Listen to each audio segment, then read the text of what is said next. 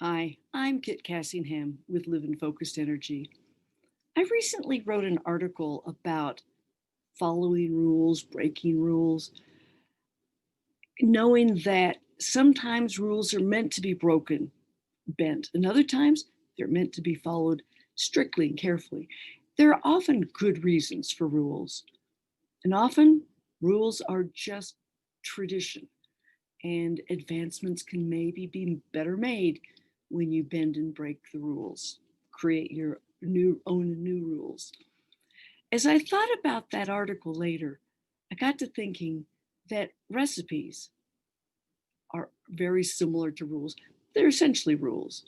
They're chemistry project rules, effectively.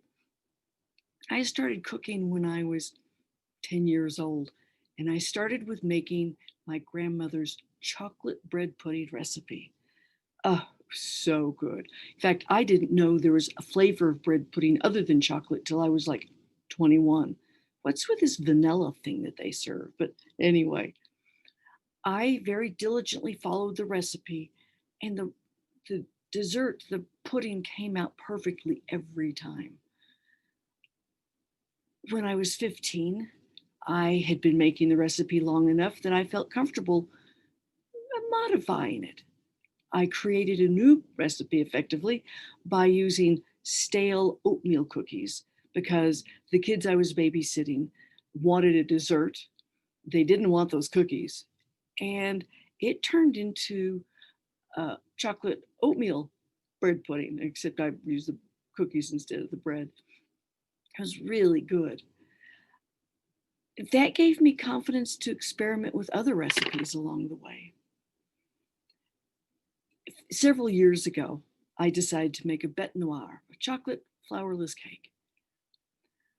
I didn't intentionally not follow the recipe, but I put in all the ingredients as called for, and only later did I realize I was supposed to have reserved a little of the sugar for later.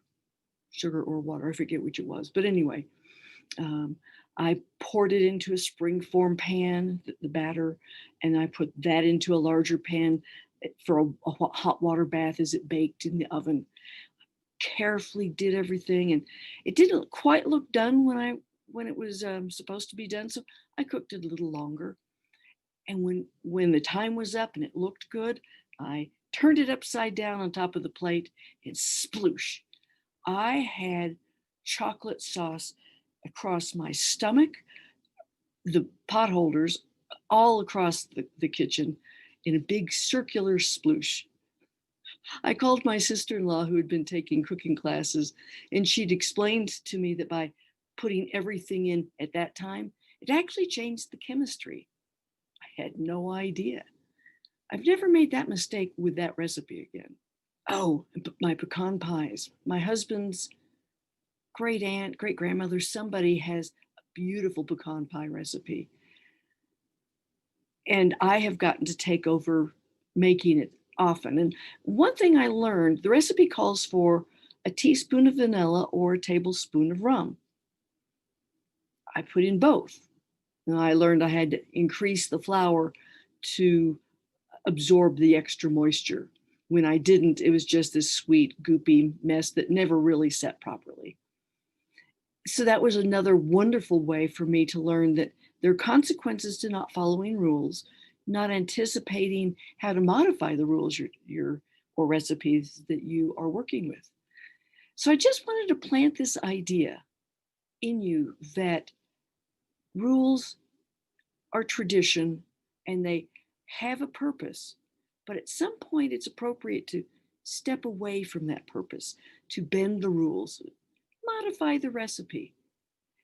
And you never know what you might think of. Like, what about chili powder in the pecan pie recipe? Hot and sweet are good together.